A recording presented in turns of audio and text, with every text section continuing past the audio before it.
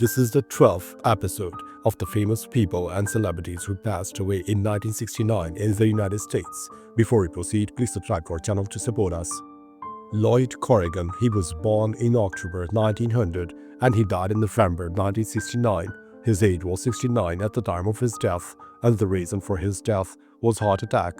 Lloyd Corrigan was an American film and television actor, producer, screenwriter, and director who began working in films in the 1920s. The son of actress Lillian Elliott, Corrigan directed films, usually mysteries, such as Daughter of the Dragon, starring Anna May Wong, one of a trilogy of a Fu Manchu movies, for which he has writing credits, before dedicating himself more to acting in 1938. His short La Cucaracha won an Academy Award in 1935. Corrigan studied drama at the University of California, Berkeley, from which he graduated in 1922. Corrigan's early roles: The Splendid Crime in 1925, It in 1927. Corrigan played both romantic leads and villains throughout his career. He also appeared in a number of Boston Blackie films as millionaire Arthur Manleder. He starred with Roy Acuff and William Frawley in the 1949 film My Home in San Antone. Corrigan continued acting in films until the middle of the 1960s. Rogue LaRocque, he was born in November 1898 and he died in October 1969. His age was 70 at the time of his death, and the reason for his death was undisclosed. Rogue LaRocque was a dashing silent film star known for his leading roles in adventure and romance films. Before transitioning to sound films, he began appearing in stock theater at the age of 7 and eventually ended up at the SNI Studios as a teenager in Chicago, where he found steady work until the studios closed.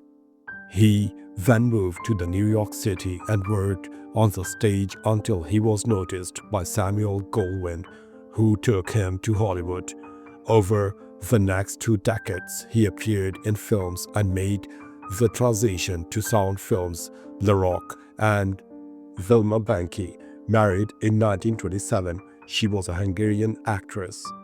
In a lavish, highly publicized wedding, they were married until his death in 1969. The couple had no children. He retired from movies in 1941 and became a real estate broker. For his contribution to the film industry, LaRocque was awarded a star on the Hollywood Walk of Fame. Jack Kerouac, he was born in March 1922 and he died in October 1969. His age was 47 at the time of his death, and the reason for his death was internal bleeding and alcoholism. Jack was an American novelist and poet who, alongside William S. Burroughs and Allen Ginsberg, was a pioneer of the Beat generation of French-Canadian ancestry. Kerouac was raised in a French-speaking home in Lowell, Massachusetts. He learned English at the age of 6 and spoke with a marked accent into his late teens. During the Second World War, he served in the United States Merchant Marine. He completed his first novel at the time, which was published more than 40 years after his death. His first published book was The Town and the City in 1950, and he achieved widespread fame and notoriety with his second, On the Road, in 1957. It made him a beat icon, and he went on to publish 12 more novels and numerous poetry volumes. Kerouac is recognized for his style of stream of consciousness, spontaneous prose. Thematically, his work covers topics such as his Catholic spirituality, jazz, travel, promiscuity, life in New York City, Buddhism, drugs, and poverty. Tommy Edwards, he was born in February 1922 and he died in October 1969. His age was 47 at the time of his death, and the reason for his death was cirrhosis of the liver. Tommy Edwards was an American singer and songwriter. His most successful record was the multi-million selling song "It's All in the Game," becoming the first African American to reach #1 on the Billboard Hot 100. Born in Richmond, Virginia, Edwards had his own radio show in Richmond the 1940s. In 1946, Edwards wrote "That Chick's Too Young to Fry," which was a sizable hit for Louis Jordan. Edwards began recording for the music label in 1949. He moved to New York in 1950 and recorded a few more demos. When MGM heard his demos, they gave him a recording contract, but more of his voice rather than his compositions. Edwards' first recorded 4 songs for MGM included his own song "All Over Again." He sang his hit song on The Ed Sullivan Show on September 14th in 1958.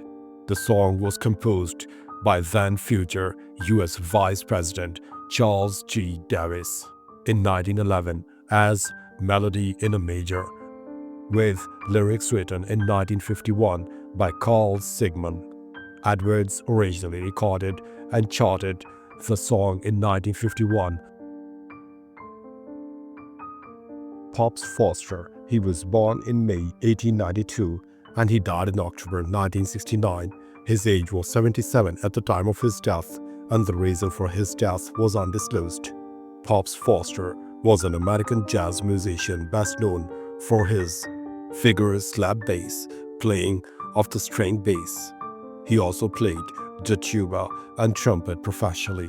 Pops Foster was playing professionally by 1907 and worked with Jack Carey, Kid Ory, Armand Piron, King Oliver, and other prominent hot bands of the era. In 1921, he moved to St. Louis, Missouri to play with the Charlie Creeth and Dewey Jackson bands, in which he would be active for much of the decade. He also joined Ory in Los Angeles. He acquired the nickname Pops because he was far older than any of the other players in the band. In 1929, Foster moved to New York City, where he played with the bands of Louis Russell and Louis Armstrong through 1940. He gigged with New York-based bands through the 1940s, including those of Sidney Bechet, Art Hoodies, and regularly participated in the national This Is Jazz radio program. In the late 1940s, he began touring more widely and played in many countries in Europe, especially in France, throughout the United States, including returns to New Orleans and California. Henry Fairfield Osborne Jr. He was born in January 1887 and he died in September 1969. His age was 82 at the time of his death, and the reason for his death was undisclosed. Henry Fairfield Osborne Jr. was an influential conservationist and writer dedicated to protecting wildlife and promoting environmental awareness. He was longtime president of the New York Zoological Society, today known as the Wildlife Conservation Society. After obtaining his Bachelor degree of Arts from Princeton University, he went on to study biology at Cambridge University, but then pursued a career in international business.